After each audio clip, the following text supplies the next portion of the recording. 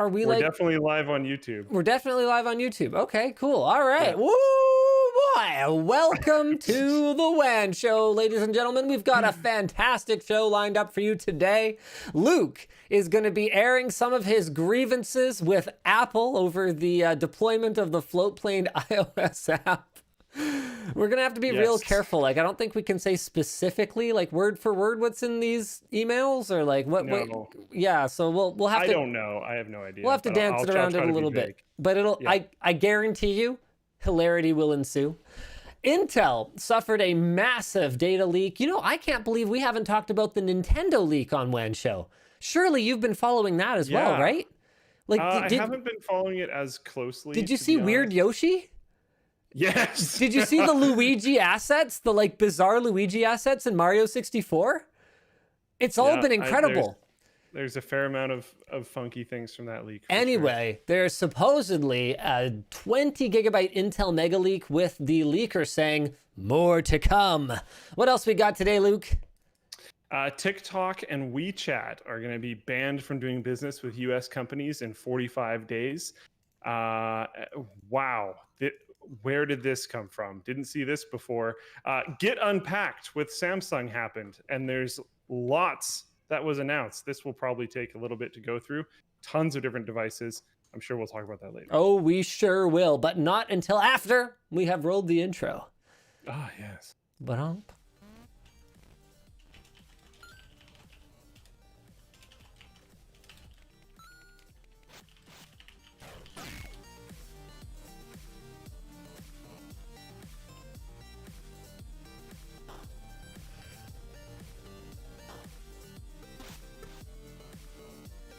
Oh shoot, the intro's done rolling. I was like trying to figure out how to turn slow mode on in the chat. All right, why don't we jump right into my favorite topic for the day, which is the saga that has been getting the Floatplane app up on iOS. So here, I want to provide a little bit of background first. The reason we're talking about this is not because you know, Floatplane is obviously Luke's full-time job and a significant source of revenue for Linus Media Group. The reason that we're talking about this now is that it happens to be very topical at the moment. So Apple is under fire from a number of directions right now, including the EU, the US government, app developers. Sorry, what's that email app called? Hello? I think so. I think it's called Hello. You guys can correct me if I'm wrong. There's like an alternative email app that's really upset with them. Who else is mad? Oh yeah, just today it was confirmed that Microsoft's Project xCloud will not be available on iOS. And now Apple's justification for their behavior, it comes from a couple places. So one is that they do not allow alternate payment methods to be embedded within apps. So Luke, do you want to, what's the exact wording for that?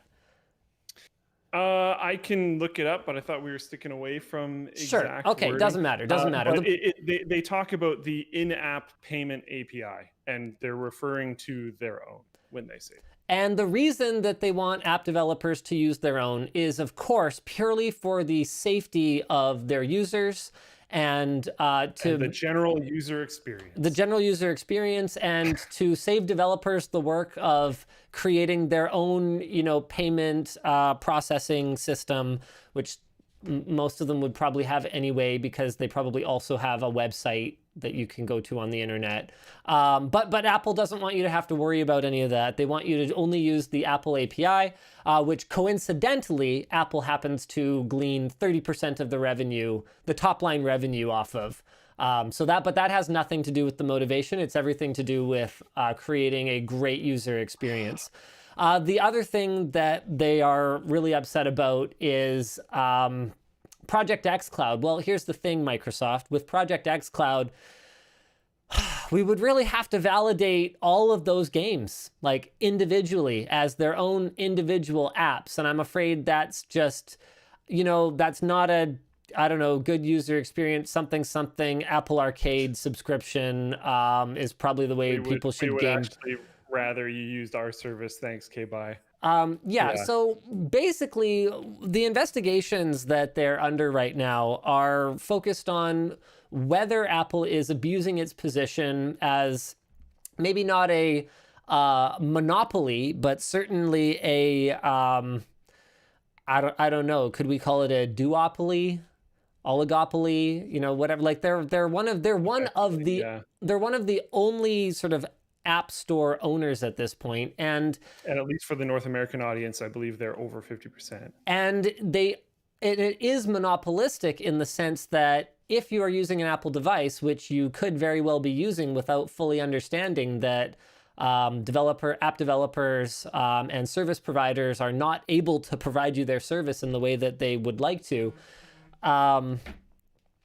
they're behaving in a monopolistic way in the sense that you could easily have this device that you as a consumer think that you can just do whatever you want with, but actually you can't because of policies that they have put in place that are not really apparent to the users that can actually harm the user experience. So some of the things that the Floatplane app has gone through over the last, months, I mean, in no particular order. Luke, do you want to hit me with some of the things that you guys have had to change and or remove?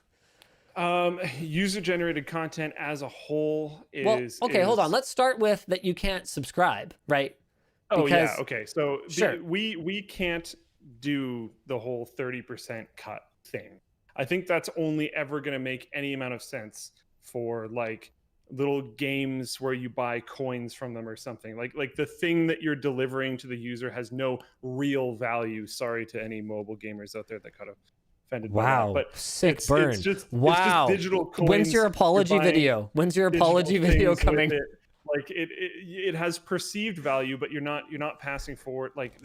Anyways, for us, we have to pay. Well, I guess those gaming companies pay for servers, but it's not exactly on the same level as delivering large amounts of high quality content video. Yeah. But we have that to maintain, and we have to give very large cuts to creators, because that's the whole point of the platform, is making money for creators. That is literally the whole point. So thanks. That 30% cut thing, no worries. That 30% cut thing just doesn't math out. It doesn't make any sense. We can't do it. It's not an option. Like it doesn't fit in the pie. Yeah. So we can't do it. So going forward, we can't have payment stuff. On Google, they don't really care. Yeah. On the Play Store, they didn't even check. They're happy to take their 30% cut. Oh yeah. If you use their payment API. But they're also happy to let you, redirect the user to an outside website. So that was the next thing we had to remove, was any reference to where you could go outside of the app to fire up a subscription, enter some payment information. All, including support, FAQ, anything. Any link or reference to the main website had to be completely removed. So you're not allowed to subscribe. You're not allowed to get offboarded in any reasonable way, even for completely unrelated things. Yeah, you can't cancel a subscription. You can't manage your payments whatsoever. Yeah, like we would love to make it easy to cancel the subscription. That's a very consumer-friendly practice. But Apple, in the interest of preserving the user experience, would like us to make sure that there's absolutely no way within the iOS app to unsubscribe from Floatplane. You should also have no way to discover additional content. So if you are subscribed at a creator below a tier that is allowed to see certain things, you can never see that there are things that you are unable to see. You are also completely unable to discover any other creators. So you can't search for other creators. You can't see what other creators on the platform. You can't do anything like that. We're already a non-discoverability platform, but on top of that, even if you knew exactly who you were looking for, you would be completely unable to find them through the app, because there is no mechanism to do so. Hey, Luke, at least I can leave a comment under the video and talk with the rest of the community about user-generated content is apparently terrifying. There is no user-generated content allowed. No avatars, no names, no comments. That might be able to be rectified if we are somehow able to discover what exactly they want us to do in order to cover any potential for objectionable content on the platform. This is great. They Hold don't on. seem to have a definition for it. Luke, you're obviously an idiot because one Owen Worley, okay? One Owen Worley says, what amateur did you get to make the iOS app? These are very basic things that any Apple developer that has submitted an app before would know. Wow, sick burn. Okay, except for we've got some other fun things to share with you. So one of the ways that, okay, so for example, let's talk about the user-generated content, so comments. As a way of arguing our case, we pointed out that apps like YouTube and Twitch have comments on them. And the response was what? Comments like the response was, hold on, Luke, because Apple has some very legitimate concerns here.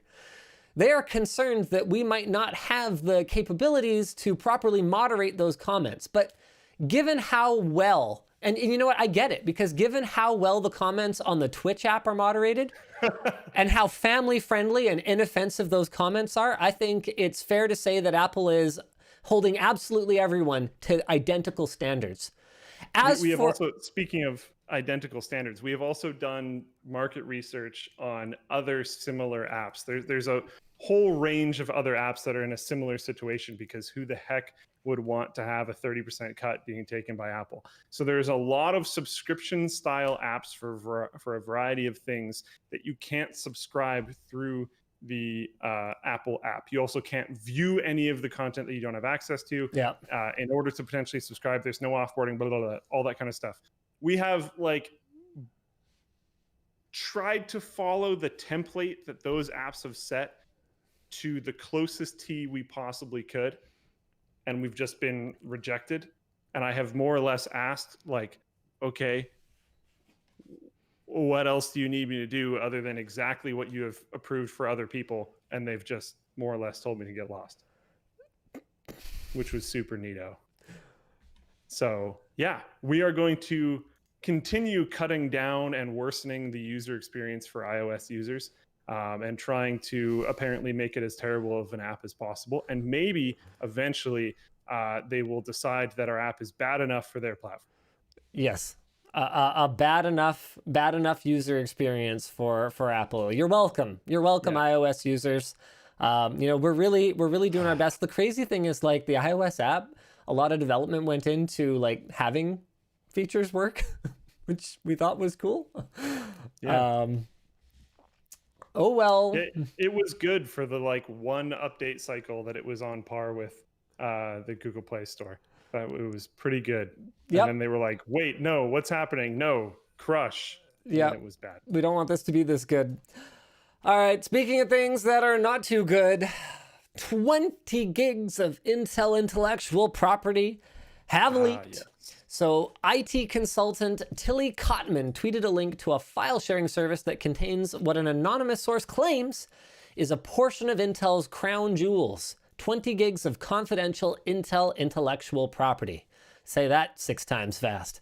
The leak was published. To counter that really quick, I will say that an Intel spokesperson has said that they were not hacked, but the data looks to be from an Intel resource and design center that hosts non-public technical information for partners and customers integrating Intel tech into their products.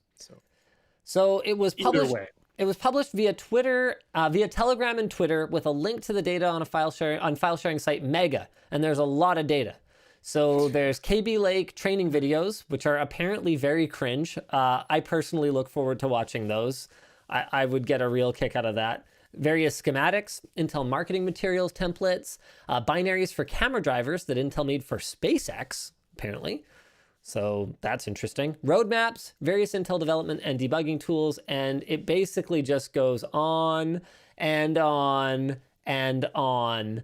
Tilly Cotman says you should definitely search for Backdoor in the firmware sources, though. I don't know that any of that has actually been followed up by others yet. This is a funny one, though. If you find password-protected zips in the release, the password is probably either Intel 123 or Intel 123 with or without a capital I. This was not set by me or my source. This is how it was acquired from Intel. Womp womp. To be fair, they don't seem like with those password protected zips. They seem like they are designed to be handed outside of the company. Yes. And probably not exactly like super high security zip files. So basically what it looks like is this was information that was under NDA or Intel restricted secret protection. And apparently the information was sourced by scanning the internet with Nmap and finding an unsecured Akamai CDN server hosting Intel's files. So here's something that I would love to know. Why would they put all this stuff on there? Like, why would you leave it publicly available on the internet, like on a CDN? Yeah, I was just gonna define Akamai as a CDN.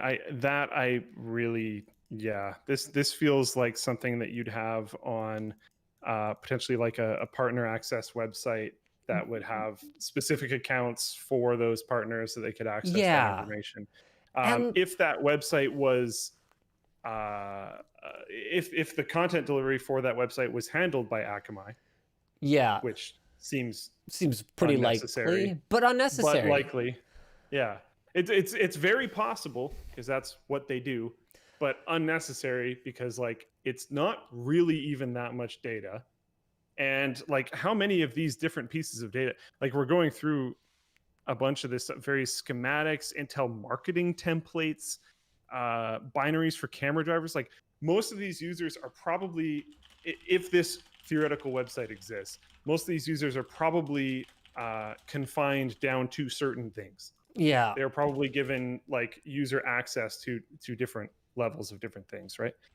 So like I can't imagine there's really that much access going on here, but the weird one to me is that given that very little of this looks to be like rich media, like video, like really heavy media, like I know from experience that Intel has obviously plenty of hardware at their disposal and, you know, like server rooms and high-speed internet connections at their campuses. Like this seems like the kind of thing that so few people would need access to at once that there's no reason that you have to throw it up on like a server hosted by Akamai, right? Like why wouldn't they just, I mean, obviously they'd want something a little bit more sophisticated than, you know, an FTP server with SSL encryption or whatever, but like why wouldn't they just host this themselves so that they can handle all the authentication? The funny thing about it is in our dealings with Intel, like we access their like their payments portal and stuff, for example, because they're a longtime sponsor of ours. And like all of that, you know, seems it seems pretty well put together, you know? So, yeah. I don't know. This is the kind of data that's like secret enough that you don't want a dump of it on the internet, but maybe not secret enough that you treat it like, you know, financial information. So maybe it just kind of slipped through the cracks. Yeah, it was probably a mistake at some level, but it seems like, I don't know. Honestly, Intel's response of like, yeah, we weren't hacked. It was from this like resource and design center. Like they're probably pissed off internally. Someone's probably getting a bit of a rough talking to, but like, I don't think this is going to be a super major deal moving forward. I'm pretty interested in the training videos. Me too. I'm so excited. It was something that could, I always come with these harebrained ideas and they're probably terrible, but it would be really funny to get some of the more like, I don't know. I can think of a lot of people at Linus Media Group that I think would do good at this, but like make effectively copies of them. Oh, do like parodies? Yeah. Intel KB Lake training video parody. I would find that hilarious. I don't know how many people would, but all dozens of you would have a really good time watching that video. Real good time. Ace enjoyment. Oh man, it's just kind of embarrassing. But I mean, it goes to show it can kind of happen to anyone. As I alluded to earlier in the show, I have been following with with avid interest all the things that have been coming out of the Nintendo. What are they calling it? The Giga Leak? Giga Leak, I think that's correct. Yeah. Man, it's just been absolutely amazing. So you like, should bring up Weird Yoshi on the stream, because that one's like, that one's real odd. It's so weird. And the funny thing is, like, the only reason that you know, normal Yoshi looks normal to me and weird Yoshi looks so weird is that, well, normal Yoshi is what we ended up with. Well, okay, weird Yoshi does look pretty weird. Weird Yoshi's pretty weird. I think it would look weird regardless. Why can I not find any images of this? Oh, here it is. Okay, weird beta Yoshi. Hold on a second. Let me just get my display up here. I think if Weird Yoshi was like the legitimate Yoshi that made it through, okay. There's some weird stuff in here that's sort of unrelated to Weird Yoshi, but this is the one we're focused on here, ladies and gentlemen. So yeah. this sprite, like this asset, is actually in the leaked documents and looks like it was an earlier design for the rideable dinosaur for Mario in Super Mario World, which was, if you're not familiar, the like console selling launch title of the Super Nintendo. Yeah, it really doesn't look great. Have you seen the photoshops of Super Mario Brothers 3 Mario on top of Weird Yoshi? No, actually. Oh, I think no. something with Weird Yoshi too is it's not as timeless as most of the assets that came out around that time. Mm-hmm. Like Weird Yoshi would legitimately be a very odd character in modern times. Yeah, that's but all their other stuff true. kind of translated relatively well, which is why I think it's like legitimately really weird. All right, here's a slightly better look. So here's Little Mario riding Weird Yoshi. That's not the one I was looking for, though. There's so much fan art of Weird Yoshi. And it's like, it's all great. I absolutely love all of it. Yeah, look at this. Super Mario World beta. Oh, it's awful. Yeah. Okay. All right. Enough beta Yoshi here. I will put it away. I'll put it away. But man, the amount of data in these, there's like source code for games, unused enemies, unused characters, like little internal tools. I saw an amazing tweet from a developer that was like, I haven't seen this tool in 25 years. I'm like, wow, that's crazy. Like, that's crazy. Like, I wrote this to, like, you know, solve some weird workaround problem. Like, I never thought I would see it again. So bizarre. There's even like Zelda 64. Like, what? Sorry, what's that now? I'm not even aware of that one. Zelda 64. Oh, interesting.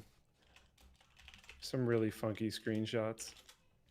I haven't actually seen this. So wait, so Zelda 64 is what? You're not talking Ocarina of Time. You're talking like a different Zelda. Don't think so. Yeah, I'm pretty sure it's something different.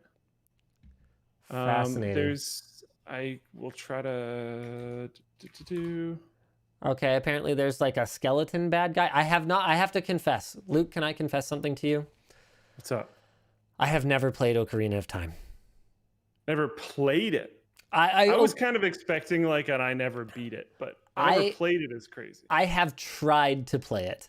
So I've been an hour into it like 6 times. And I have just never managed to make it work. Is it my time to confess? Okay, confess. Same deal. Really? Yeah. But it's a masterpiece, Luke.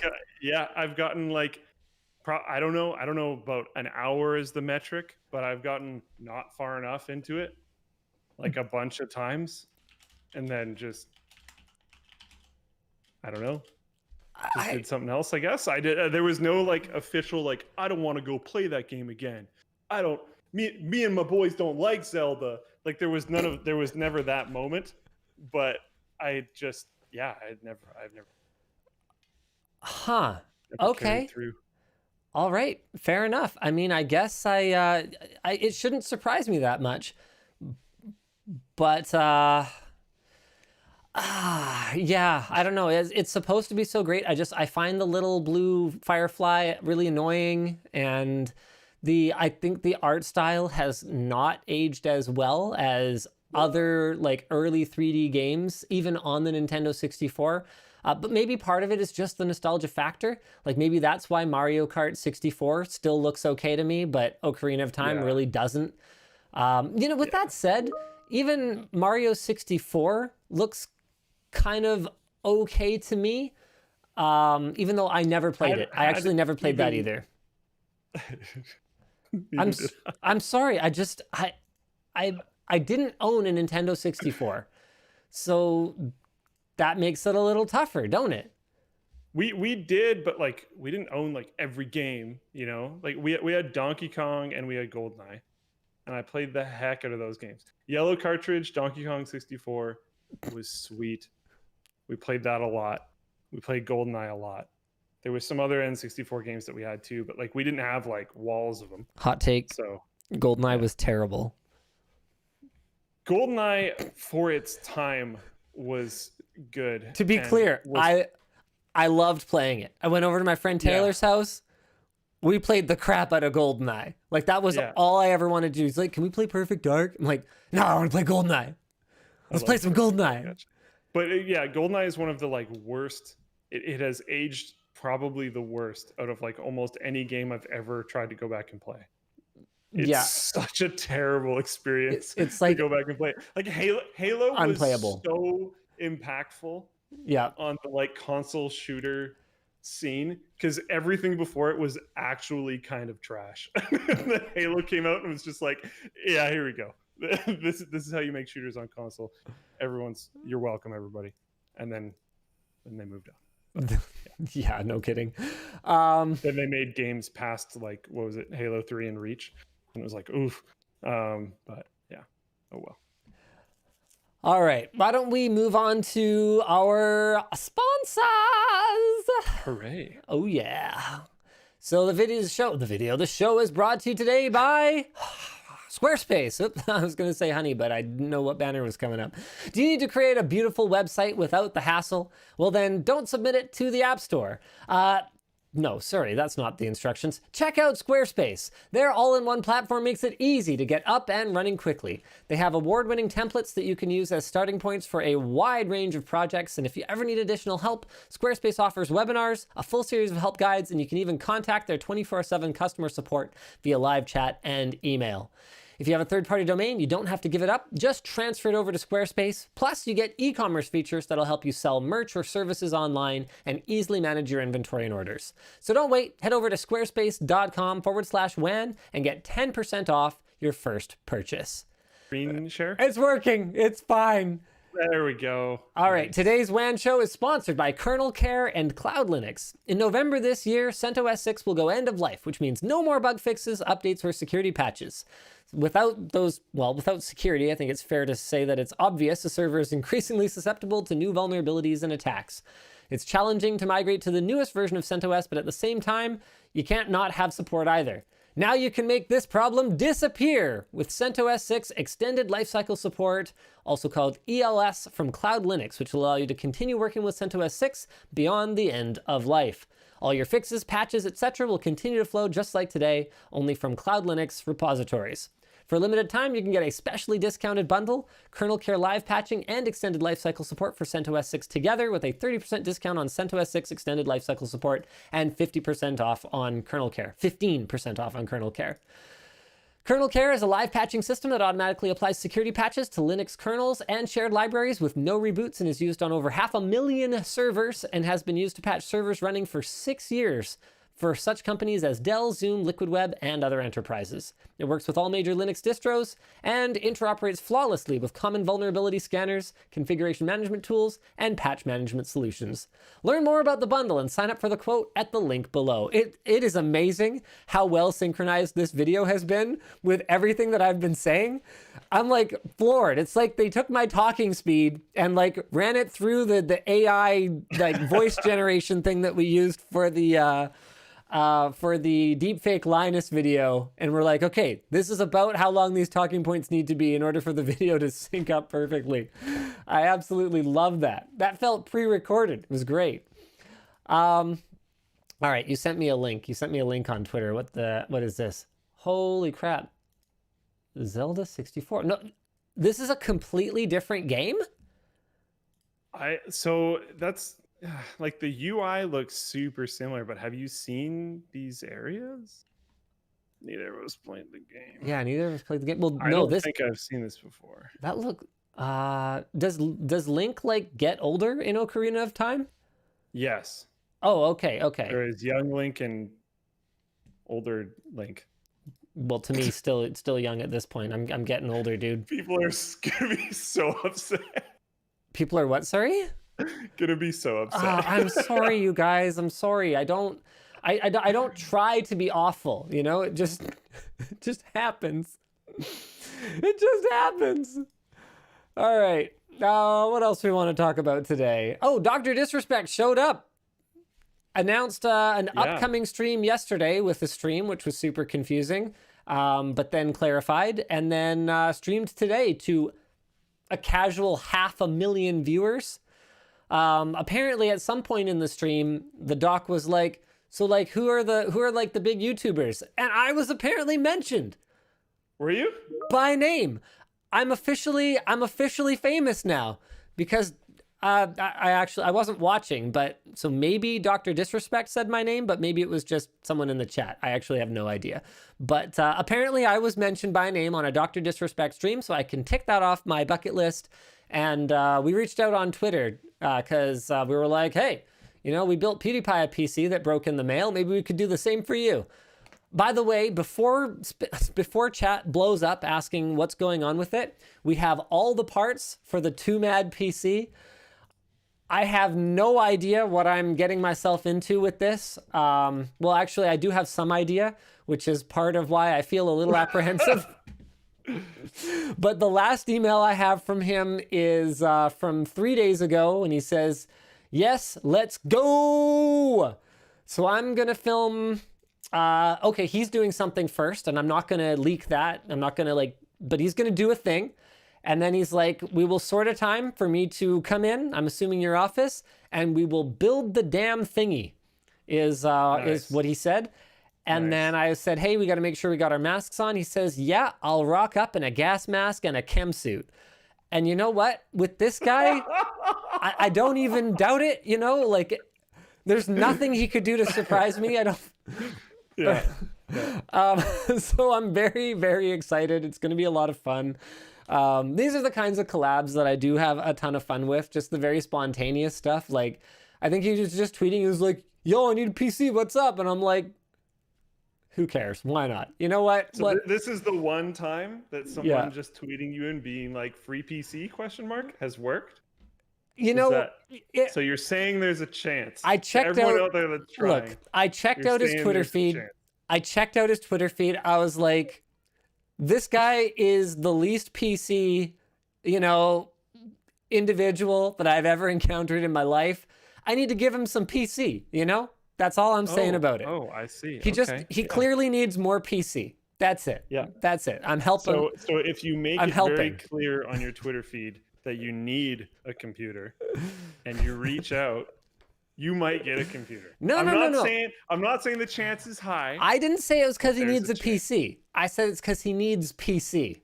You know, he's just not very PC. That's all. That's all I have to say about it. Oh man, I have no idea. I have no idea what curveball. I don't know. Maybe he'll show up. Maybe he'll show up in a dress shirt, and he'll just be like, you know, super respectful, and we'll just build a computer nicely. I've seen him do like serious conversation stuff. I've seen it happen. I'm not saying that's what you're gonna get. Yeah, I've also seen him drop in on people's Zoom college lectures with like you know, one of those big like hats, no shirt on, and no shirt on, and like, oh man. Yeah, I think the chance of him not having a shirt on at some point in time in that video is pretty high. Yeah. Oh, okay. Anyway, Also, other thing, yeah, what every now? color of water bottle. LTTstore.com, baby. Gold is There back you in go. stock. Bigger equals better. It doesn't have to Beautiful. cost more. The $29.99 price is the same for both the 20 and 40 ounce, and I'm rounding, I think it's like 21 or whatever. But the 20 and 40 ounce bottle are both $29.99, and we've got every color in stock, including black and gold, which is the hottest seller. So we just got our ocean shipment. This is the last restock we're going to have for probably a while. We don't have anything else on order, so get in there if you want to get the 40 ounce bottle. They are awesome. They really are. It's the correct amount of water.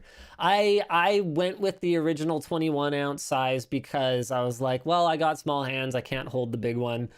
And it turns out, you know what? I just gotta grip it harder, you know, just gotta like, So just you go manage. for it, you know. I was Yeah, gonna ask if you had to go for the two-hander. I manage it. I manage it with the one hand. I just got to Nice. get good, you know. It is a little grippy too. I'll give it that. Yep, it's not bad. It's not bad. It's very Not like holdable. crazy or anything. It's very but a little holdable. bit. You just got to like hold Yeah. it, you know. Yeah. All right, let's talk about TikTok, shall we?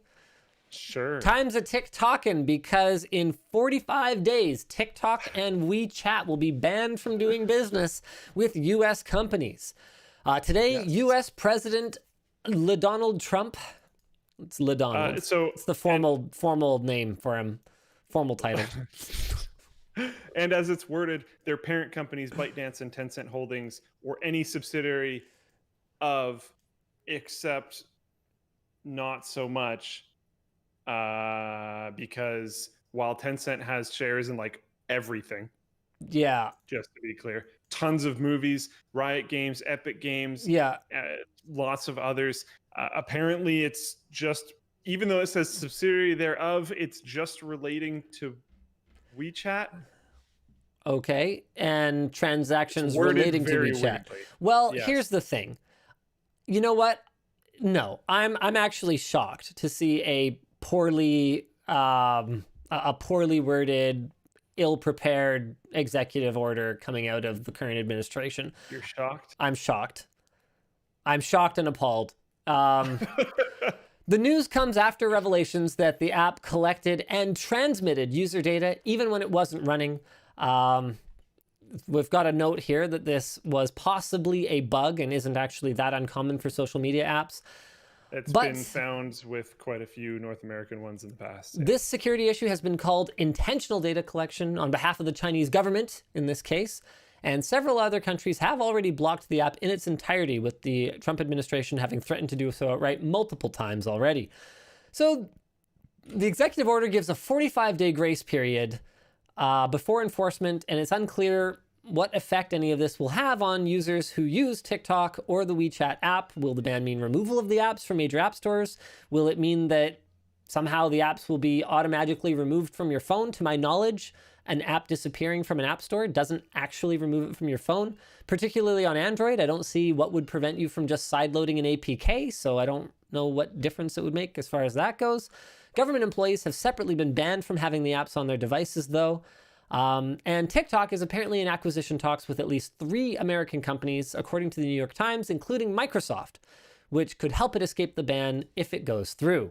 I got logged out of my Google Sheet, or my doc, so I can't continue to tell you anything about this, and Luke will take it from here while I sign back in. Yeah, while TikTok doesn't operate in China, funny enough, WeChat does, and apparently many expats use it for communicating with friends and family at home in China. So, in a hilarious Uno Reverso card thing, or Reversey card thing, whatever that's called, never actually really played Uno, you might have to use a VPN to get into China to use WeChat to talk to people. You know what's hilarious is I was trying to do this at some point. I was trying to VPN inside the Great Firewall because I wanted to know if some workaround was going to work when I was there. Once you got there, okay. And it is almost impossible. Like, I'm sure if you're like a network security researcher, you could do it pretty easily. But as just, the consumer that's like, hey, yeah, I'll install PIA, that's a VPN or whatever. it was almost impossible for me to figure out a quick, easy, and or inexpensive way to do it. Nobody wants to do that. And part of the problem is that, you know how like search works, right? Like it's all down to kind of like word weight.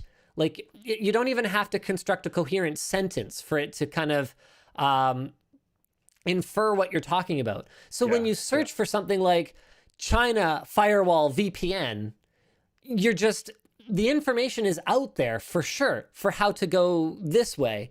But because the vast majority of people are trying to go the other way, as soon as those search terms enter your browser bar, it's like, oh, are you looking for this? Like, no, not that. I want the other one. Come on.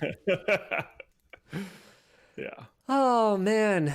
Yeah, I don't know. Honestly, like if WeChat was banned, it would be pretty inconvenient for me. I mean, not directly because I'm Canadian and our government is not doing anything like this. So I can continue using WeChat. But like, I don't know. I got lots of friends on WeChat. That'd be sort of a pain in the butt.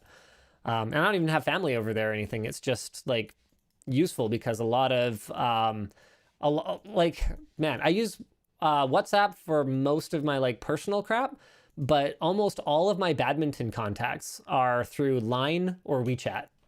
Because that's just, you kind of just have to use, like, I hate this. I wish we could just have Trillion back and I could consolidate all of my different chat crap. Like, I don't understand people on iOS that are like, yeah, like iMessage. Like, what iMessage is, unless you literally restrict your social circle to only people with iPhones, you're going to have other chat apps on your phone anyway. So who cares? Maybe they did that though. In which case, why are you talking to me? Clearly we have nothing in common, right? So you might as well, go look, sorry, can't speak. AirPods aren't really a status symbol at this point. I'm gonna put my AirPods back in. See ya. Whatever. I don't even care. I'm over it. I'm over them. I moved on. Some people are pointing out like, Trillion's still a thing. Yeah, but not in the way that I'm talking about. Not in the way that it was kind of able to be used originally. Yeah. Because it was what? ICQ, MSN Messenger, and AIM was the of Trillion, wasn't it? Everything that people used to use, essentially. Yeah. Yes. So the idea was you could consolidate all of your contact lists and everything and just have one app that tapped into all these different chat services. Didn't Pigeon kind of work this way too? If I recall correctly, yes, but I never used it, so I don't have a ton of experience with it, unfortunately. I think I used Pigeon, and for effectively the same thing. But yeah, there was cool apps back in the day where like you didn't have to worry, but it was basically like multi-platform support for games. You didn't have to worry about what platform the person really had because you would just make an account for each one, log into all of them through this client, and then it would just bring all of them together. It would just be like one system for each. Then you would just bask in your own cleverness. Just be like, I am so smart right now. I don't have to give any craps about any of this. It was great. And back then, a really, really nice modern thing. Now, back then, it was so many. Kind of a big deal because computers had so little resources that actually having like a whole bunch of chat apps open at the same time kind of sucked. And maybe that was just me because I was still running like a Pentium 166, but that's how I felt. Okay, that's how I felt. The modern issue for me with notifications is that I don't feel like companies, desktop or mobile, I don't know why they don't have like a nuclear alert option for notifications. Yeah, especially like reminders on Android. Yes. They're basically useless. Yep. Like they just stack in the bottom of my notifications list. They just add more to themselves all the time. They don't help me almost at all. Like I need an ability to tell my phone or my desktop or whatever, like, no, don't stop freaking out until I answer this notification. There has to be like some way to do that. Alarms are not bad, but this has been really bothering me ever since Google blocked reminders for paying users, like enterprise users, I haven't been able to use reminders anymore.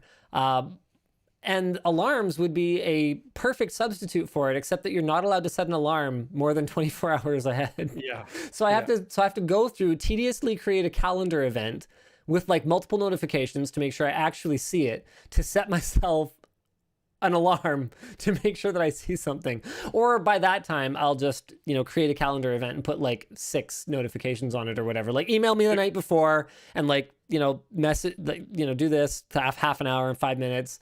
Because the reality of it is, I am pretty busy and I get a lot of notifications, and I need something to kind of break through, especially because notifications are so poorly handled on Android. The fact that there is no setting on Android that says, hey, a new notification, put it at the top. Do not put it anywhere else. That is the only place a new notification goes. It drives me absolutely crazy because I'll get a notification for something as stupid as like, my garage door has been open for 10 minutes or whatever. So my phone will buzz, but it's just hiding down at the bottom. Apps don't have to have a timestamp on their notifications. It boggles my mind that Trello does not have timestamps on the individual notifications, because if you've got we're a 30-person organization, and I still get absolutely spammed with Trello notifications. Not knowing when they arrived means that my phone might buzz and I might look at it and maybe it was a Trello notification, but like, I don't know, because there's no timestamp, it's not at the top. It blows my mind that something that basic is not default. Never mind, not an option. Yeah. I hate it. Yeah, it's nuts. And then like my phone, I don't know if it's because it's like too old now or what, but I keep manually disabling this, like, it's not battery saver, it's something else. Like the battery optimization, like AI nonsense, or? Yeah. I mean, they're both off right now and it's still doing it, but my phone will just not deliver me notifications. I'll have it sitting right next to me. Yeah. Right there. I have it on something that when it vibrates, it will be loud, but I have it muted, and it will do nothing all day. And then I'll like put down my water or something and it'll bump my phone and it'll like do the little mini screen wake thing, and it'll just sit there and do notification spam for like 2 minutes of all the things that I missed over the last few hours. And I'm like, why weren't you beeping every time one of these came through, or like vibrating or something? And then I go to check my tray and I have 10 million things and they're not in order, like you were just talking about. Yeah. All the YouTube videos that came through are like big blocks. I'm like, I don't care about this. But all the things that actually matter are stacked notifications. Just like, what the heck? It's so frustrating. And then you're at your desktop and you have 18,000 different potential ways that someone can contact you, and one of them bings, but you happen to forget the exact notification noise for that exact app. Yeah. You're just like, well, I have no clue what just happened. And my whole thing is like, unless you email me, there is like a very solid chance that you will never hear from me again about it. That's basically it. Unless you email or call me. Those are the only 2 ways to break through. Joshua Campbell in the chat says, you could use if this then that and phone calls, Luke. That is a ridiculous workaround. Cool idea. But the fact that we're resorting to that is absurd. That shouldn't even be a conversation. Yeah, someone says that sounds like do not disturb. Do not disturb is turned off on my phone right now. I just checked. Yeah, no, I've seen it before too. A really good one with Teams for a bit was how when you disconnected and reconnected to Wi-Fi, you would get like the last 3 hours of notifications, even for messages you had like replied to already. It drives me crazy. I complain about Teams and people are like, what's so bad about Teams? I'm like, what isn't bad about Teams? It's like, honestly, there was a period for a long time there where it was like a 30% chance that if someone was calling me through Teams, I would have any way of navigating to that call and accepting it. Otherwise, it would just be my phone making the ringing noise, and there'd be like no way to accept the call, even if I manually went to my chat with that person. Terrible. Terrible. It's getting better, in fairness. All right, why don't we talk Get Unpacked with Samsung? Samsung announced a right. whole bunch of stuff on their stream. Samsung and Microsoft have teamed up for syncing between devices so you can take calls on your phone or PC. Notes will sync to Microsoft apps, reminders sync, assuming they actually like do anything. You can sync your Samsung photos with OneDrive. That's pretty cool, I guess, if you like paying for cloud storage. Plex Master Race. Xbox Game Pass will allow you to play games from your phone and tablet. A couple of mentioned games were Grounded and Minecraft Dungeons. And of course, they announced the Note 20 and Note 20 Ultra. So the Note 20 is not a full-fledged flagship as far as we can tell. It's got a polycarbonate back. It does have a flagship processor, so 865 plus in the US and Exynos 990 elsewhere. But it caps at 256 gigs of onboard storage. It's got just 8 gigs of RAM. A 1080 class display at 60 hertz, although it is still HDR10 plus. And 3 cameras, 4,300 milliamp hour battery, hole punch selfie camera, and starts at a whopping $1,000. Man, that Pixel 4a is looking pretty good, hey? I actually did my short circuit unboxing of the Pixel 4a. We got it late because Canada things. It's launching in September, so why would you need it at the same time as the rest of the global media?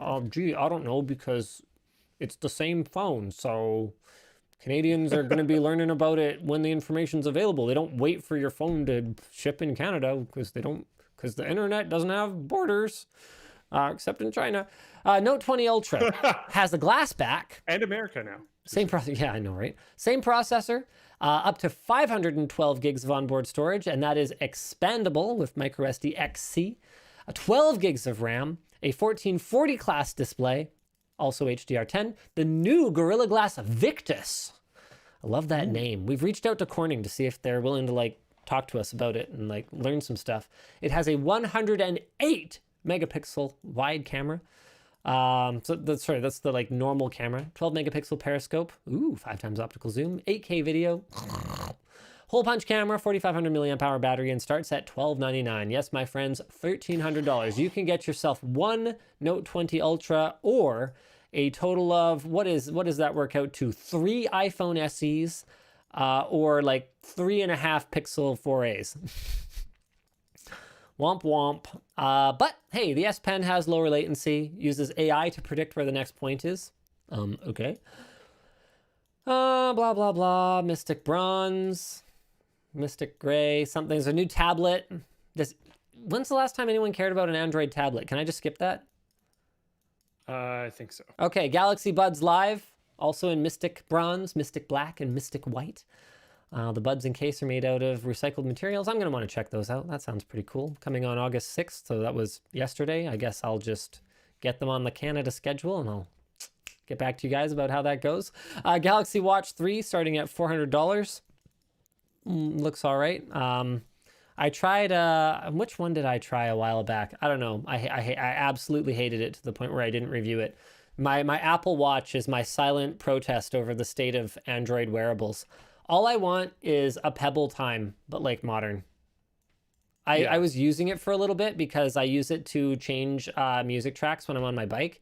And I was like, wow, this is just so much better.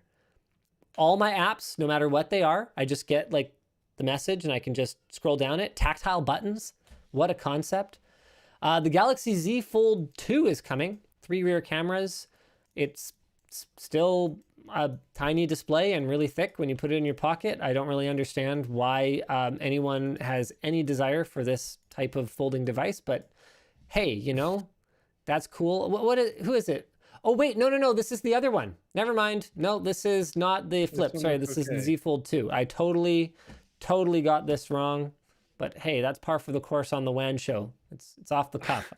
Jake attended the presentation, actually. I'm just waiting for the actual devices to arrive. Okay, never mind. I lied. I'm really excited about this one. This one looks really legit. Full screen on the front instead of the tiny screen. Hopefully the display is a little brighter. I don't know how much we do or don't know about it because, like I said, I didn't actually attend the presentation.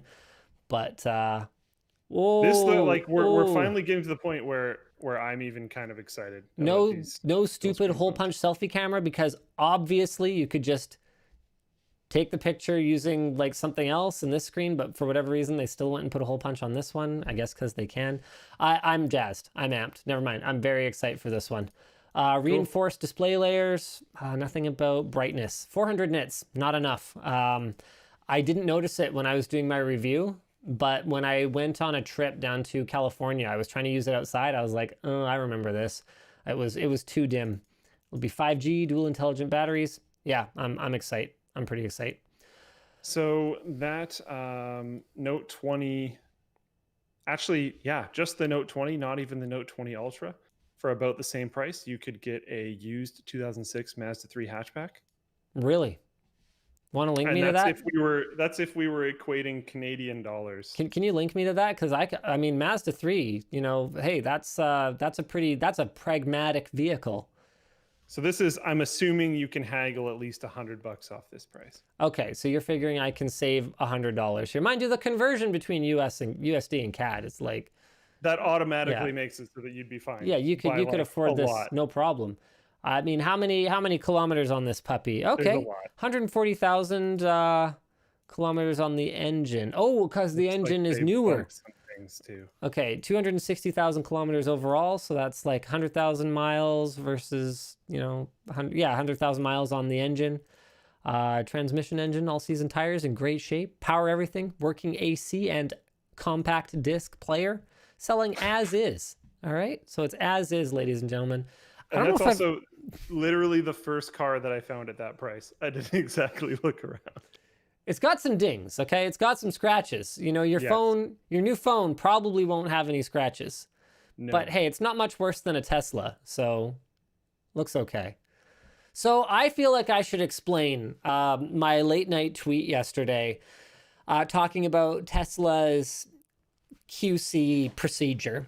So it's been very interesting going through the process of buying a Tesla. It's not for myself. We actually decided to treat our in-laws to a new vehicle. Their car had all kinds of like little issues, like you know, you couldn't lock like this door, so you had to like lean across and unlock it, and the tailgate hydraulics weren't working anymore. And it's at the point now where it's like old enough that it's probably not, by the time you fix all those little stupid things, you've paid more than the total vehicle is worth, so you might as well just flip it on Craigslist to someone who feels like fixing all that stuff themselves or doesn't care, and get something else. So we decided, you know what, they've probably done like 75 grand worth of childcare for us over the last 8 years. Let's buy them a Model Y. So we went for it. Wow. And one of the things that I tweeted about as part of this experience, which has honestly been like pretty frustrating in a number of ways, like their customer service has been very hit or miss depending on who we're dealing with. And that can be true of anyone, so I wasn't going to harp on them for that. But on delivery, they basically seem to have this expectation that there's going to be things wrong with the car. And they've got a whole process around this where assuming they are small things, you go through them, you do like an inspection. And it's not like we didn't do an inspection with our Odyssey, like our minivan when we bought it. But at the inspection, they were not expecting to find anything wrong, because there's this whole thing, it's called PDI, where the dealer like goes over the car with a fine-tooth comb and like makes sure that it's probably fine. It seems to be pretty standard, and you might still have problems, and there can still be recalls. Stuff happens, but the idea is that it doesn't have like, you know, red marks on the paint job because, you know, someone checked and like buffed it out already. So Tesla has this procedure where they go through with you, they mark everything that's wrong with it, and then assuming they're small things, they'll send someone to come fix it. And if it's something big, you have to book an appointment with the service center and bring it in. And so I tweeted saying like, hey, the fact that this is like part of the procedure seems to indicate that this is a pretty well-known problem. Maybe the solution, instead of building a process where you fix things after the fact, would be to build a process where you identify and fix the things before the customer comes to get it. That seems like it would be prudent. Since you have to go through and find them and fix them anyway, why don't you do it ahead of time? That might make for a better customer experience. And I got my throat absolutely jumped down by Tesla fanboys that just were very unhappy with me, with the way that I treat Tesla so unfairly. And I apparently hate Tesla. I don't hate Tesla. I will just call an anti-consumer practice where I see it. And I'm not a fan of anything. I don't like, I have no emotional attachment to Mr. Musk or his company Tesla. He's a billionaire and it's a company. That's all they really are to me. I've never met him. So I was like, look, and someone was like, why aren't you criticizing these other companies? Well, because I didn't buy a car from them. So what would I say exactly? How would I know what exactly the process is?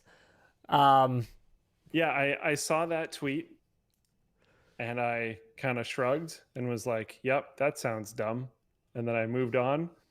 And then someone mentioned to me that you were just getting berated. And I was like, what? About what? And I jumped on that tweet again and was just like, what the heck? I don't know, dude. I'm like as much of a Tesla fanboy without owning one as the next guy. But like, there's a certain amount, you just have to kind of like. And it's not like what I said was wrong. Like to describe, that's the issue. Like Tesla's culture is to, over-engineer some weird solution rather than just take the normal path. And that's part of what makes them so endearing to people. Yes.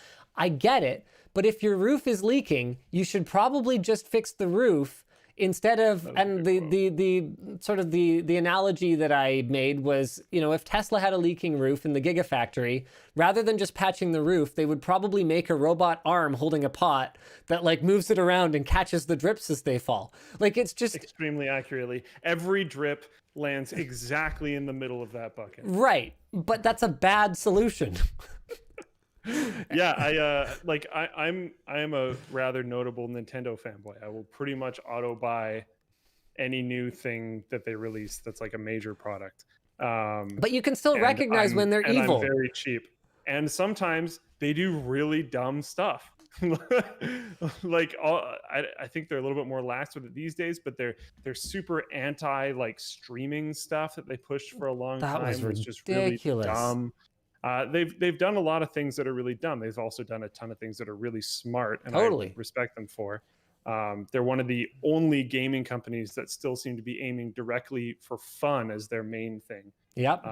Blah blah blah blah. I could go on more, but like you have to be able to look at you have to be able to look at and understand the flaws of the thing that you're a fan of. Yes, if you can't see the flaws in the thing you love, then you're blind.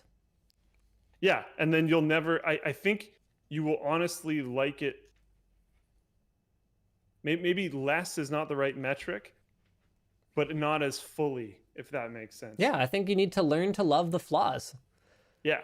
Like, and then that way, like if someone attacks that thing that you like, instead of just freaking out and saying things that don't really mean anything or matter, you could just be like, yeah, I know. I remember having a really stupid conversation once. I was hanging out with some friends and I said something that somehow, basically what it amounted to was that my wife is not the most beautiful woman on the planet, basically, was what I acknowledged. And it was like scandalous. It was shocking. And the female in this relationship said something to the tune of, well, my significant other would always say that I'm the most beautiful woman in the world. And he said it. And I was like, good for you, but newsflash, neither you nor my wife are the most beautiful woman on the planet. And that's okay. Because I'm not the most handsome man on the planet either. And I don't need to live in a delusional dream state in order to enjoy my life. Like, I would rather have open and honest communication where, I leave the dishes on the counter sometimes, and that's annoying. And my wife uses the wrong word sometimes. She'll describe it as the counter when she means the table and send me on an 8-minute wild goose chase looking for something. And that's annoying. And we can recognize each other's flaws and love each other anyway. That's the real end game. And, at some point, y'all are going to get to the point where, you can't live in that denial anymore. And then what?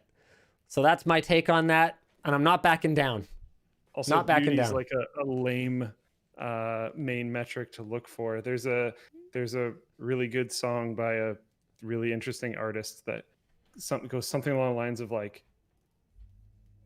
maybe you're not as X, but you're probably better at Y, essentially. Yeah. Like there's different, yeah, anyways. I don't know. It's might be a little rude to point out in front of other people that you don't necessarily think so. Well, it wasn't like me just saying it for no reason, but like basically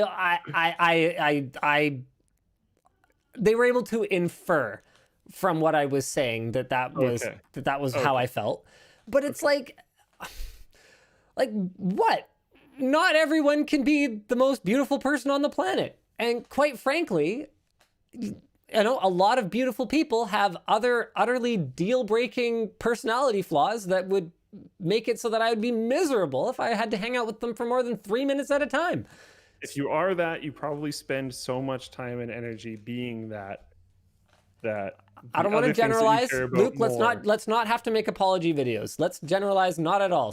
Let's move on. and let's commit to each other that whenever we're about to walk into a trap, we just cut each other off, just like that. Yeah, I like it. So you got to do that for me, bro.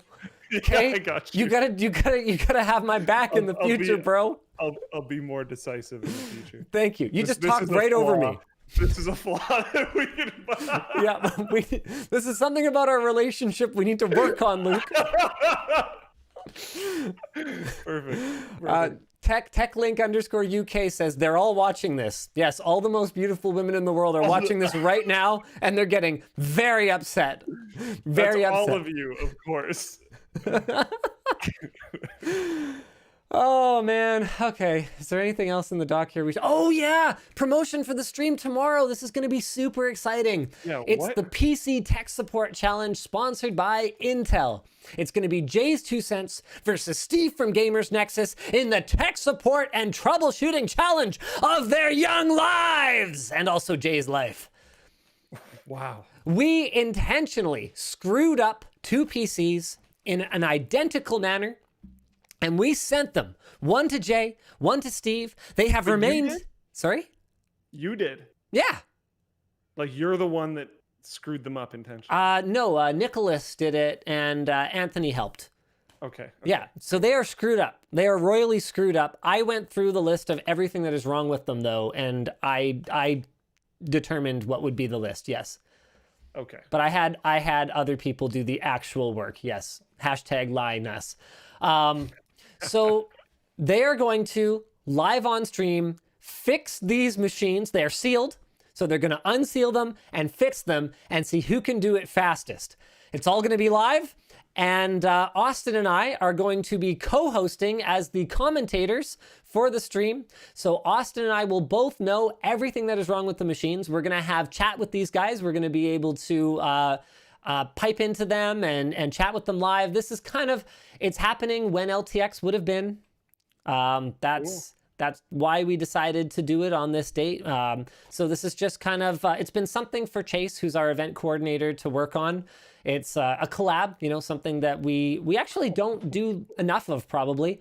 So it's kind of inspired by LTX in that sense. And to make it exciting for the viewers, we are going to be giving away the fixed systems, as well as our example one. So I'm going to have one in front of me that is fixed, so that is perfect, to make sure that they're doing it right. So we're giving away 3 systems, each with a Core i7-10700K, a ASUS Z490 Maximus 12 Hero motherboard, a Sabrent 1TB SSD, an EVGA RTX 2070 Super, 16 gigs of G-Skill Trident Z RGB memory, an Inwin 805 case, Seasonic Prime TX 1000 watt power supply, ViewSonic XG270QG gaming monitor, a Corsair K95 RGB Platinum XT keyboard, M55 RGB Pro mouse, and Void RGB Elite headset. These are freaking awesome rigs. Don't miss it. It's going to be a great stream, and it's going to be tomorrow, August 8th at 12 p.m. Pacific on YouTube, Twitch, and Floatplane. We're expecting it to last for, I think it's going to take a couple hours. Wow. So I'm really excited. And man, these guys are like, I don't think we could have picked better contestants, because the will to win, man. Oh yeah. The will to prove Yeah. the will to prove that the other is not as good. Oh, it's strong. It's strong with quite these high. two. Quite high. Oh yeah. I'm really excited. I'm just jazzed. And I can't wait to be ribbing them. Man, I'm going to interrupt Jay so much just for no reason. Just be like, hey Jay, You should how's it going? you should just read out, because you're in his ear. You should just read out like tweets that have just annoyed him. Oh, that would be so much fun. Just see if we can knock him off his game. Yeah. Oh man, what could we do You to gotta, mess with but you Steve, gotta though? find a. Yeah, I was just gonna say you have to find an equal thing. Yeah, for I Steve feel if like you're gonna do Steve's just gonna like tune me out, kind of like how I tune him out. You know? Hey, got him! It's the roast is back, baby. The roast is back. I don't have a segue for this, but I feel like we're ending the show soon, and I want to make sure you do this because I Sure. saw this in the doc and I got extremely excited. You should announce your bounty. My bounty. Your bounty. I actually have no idea what you're talking about. I'm gonna highlight it on the doc because I don't know if you've decided you don't want to say the name or not. Where You is should be able to this? scroll around and see. Oh, what I there it highlighted. is. Ah, yes. Okay. All right. Let's pop this up here. All So cool. One of my writers came across this thing. So cool. This is the Masscool CSICS 8200 black SECC thickness 1.0, which basically thickness. this is just steel and a thickness of 1 millimeter. Like this is just very, very bad specs. But it's something that has CC in it and its thickness. The It's thickness. great. So it's a mid-tower case with a 460 watt power supply and a built-in air conditioner. Yes, my What? friends, a built-in air conditioner. I am offering, so this worked so well last time for that curved Alienware monitor. We actually have one en route, is my understanding. I had to pay thousands of dollars for it because that was what I said I would do, but it's coming. So you guys need to watch that video, okay? Help me out here. Sure as heck will. Please watch the video because otherwise I am losing so much money on that video. Please hook me up here. Anyway, it's a mid-tower case from roughly Subscribe to Floatplane, you'll probably 2005. get it earlier. Roughly 2005. It has real-time temp and power monitoring in a panel up top, a built-in AC. I want one. I am offering, let's see. I don't even know what this thing was worth when it was new. I'm offering $2,500 if you have a working one in like good condition. $2,500 if you have one in good condition. I will buy it from you, plus shipping. I will pay shipping as well. So hit me up and let's get a deal done. All right. I want the case with the built-in air conditioner. There you have it. Yvonne's gonna freak out. She was like, Yeah. so upset. She was like, "What do you mean 10 grand? Why didn't you start at something lower?" I'm like, "Well, because I didn't think anyone was gonna have one." She's like, "Well, you should have thought of that." I'm like, "Well, I didn't." Okay, so the Masscool Nextherm CS. I just want to. You want to double check this for me? Masscool Nextherm CS dash ICS 8200. Mm-hmm. $79.99 in 2006. That's all it was worth, eh? All right. That doesn't seem right, but sure. I you know what? That's going to be a great investment. Great investment. Yeah. There's a random, like, I'm building a second system and I want help with my parts list, and they list out their parts list, and that's in it and at that price. Okay, but so that it might have been some crazy deal. It might have been used.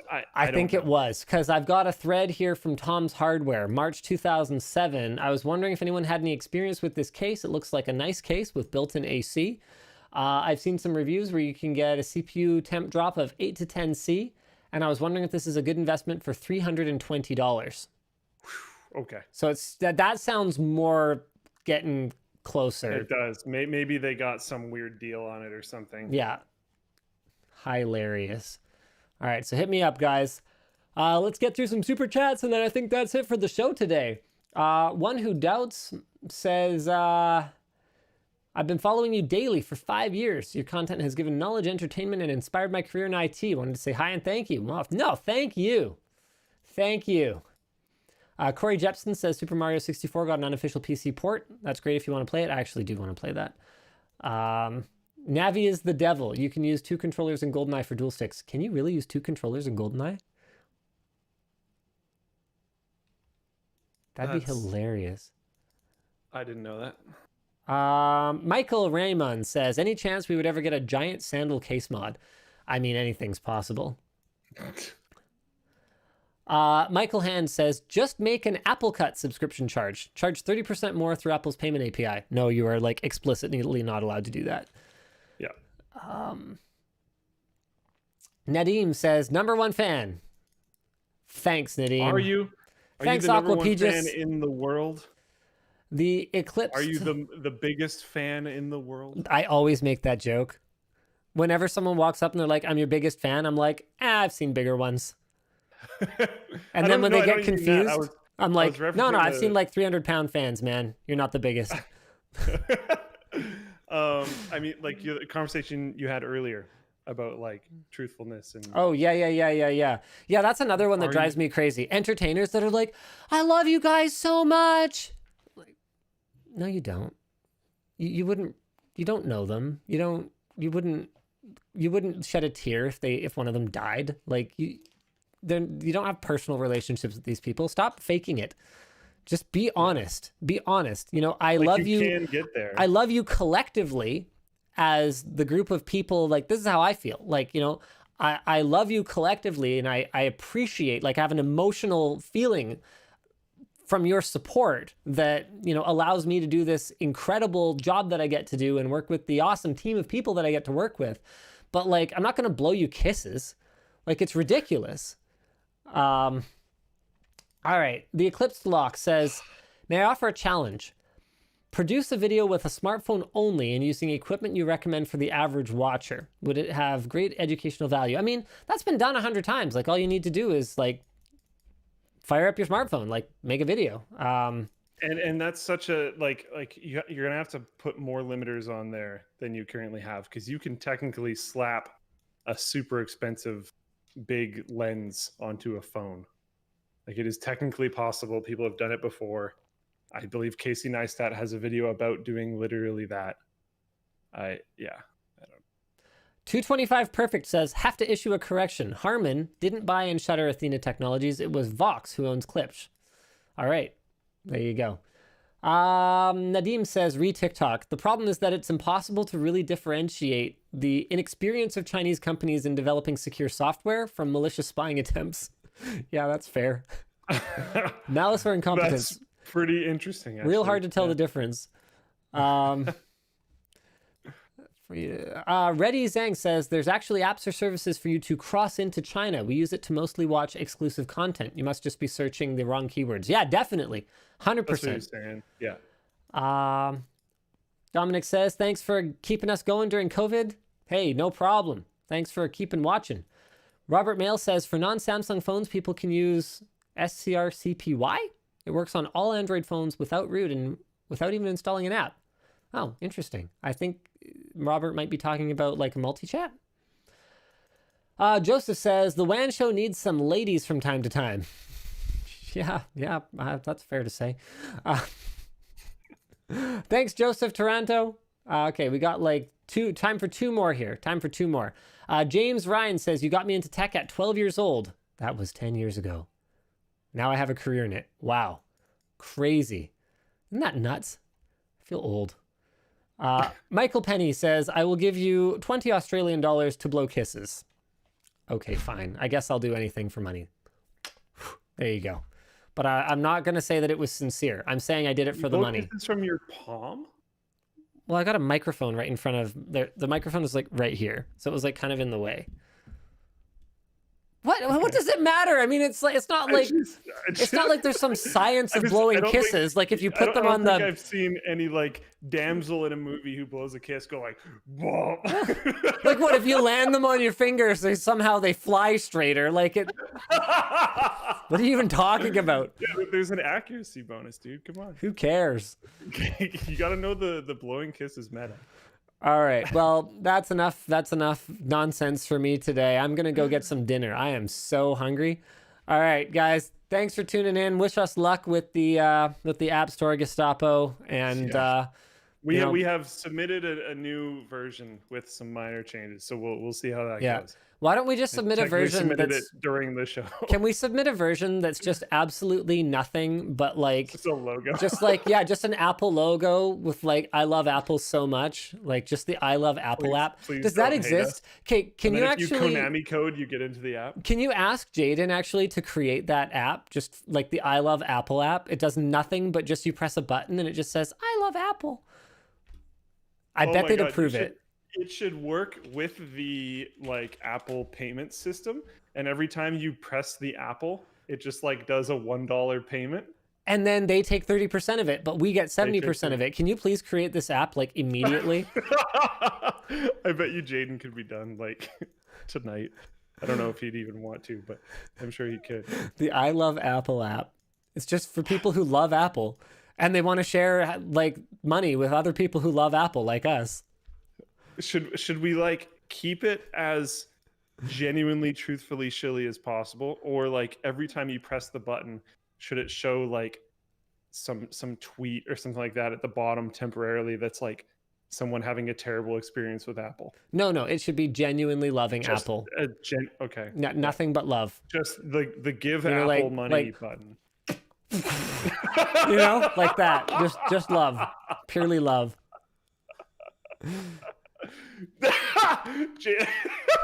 Jaden has now checked in and has said, I'm on it. All right, WAN show next week, guys. Get ready for the I Love Apple app. Amber Leslie just dropped 100 British pounds in the super chat and didn't even leave a message. That's a weird thing to do. So there you go. They just want to share their love for YouTube. You know what? Here you go, YouTube. Here's 30% of my super chat or whatever. Oh, I love YouTube too. All right. Good night, everyone. Have a wonderful weekend. I'll see y'all next week. Oh, am I on WAN show next week? I might not be. Oh, that would be disappointing. Well, good. Jaden has 2 weeks then. I'll see you again whenever I'm back. Same bad time, same bad channel. Bye. Oh, wait, so there's no way for me to stop the show from within the YouTube live streaming thing anymore then? Did they just get rid of that whole functionality? I guess so, which is what we asked for, but then now I find this so confusing. All right, stop streaming.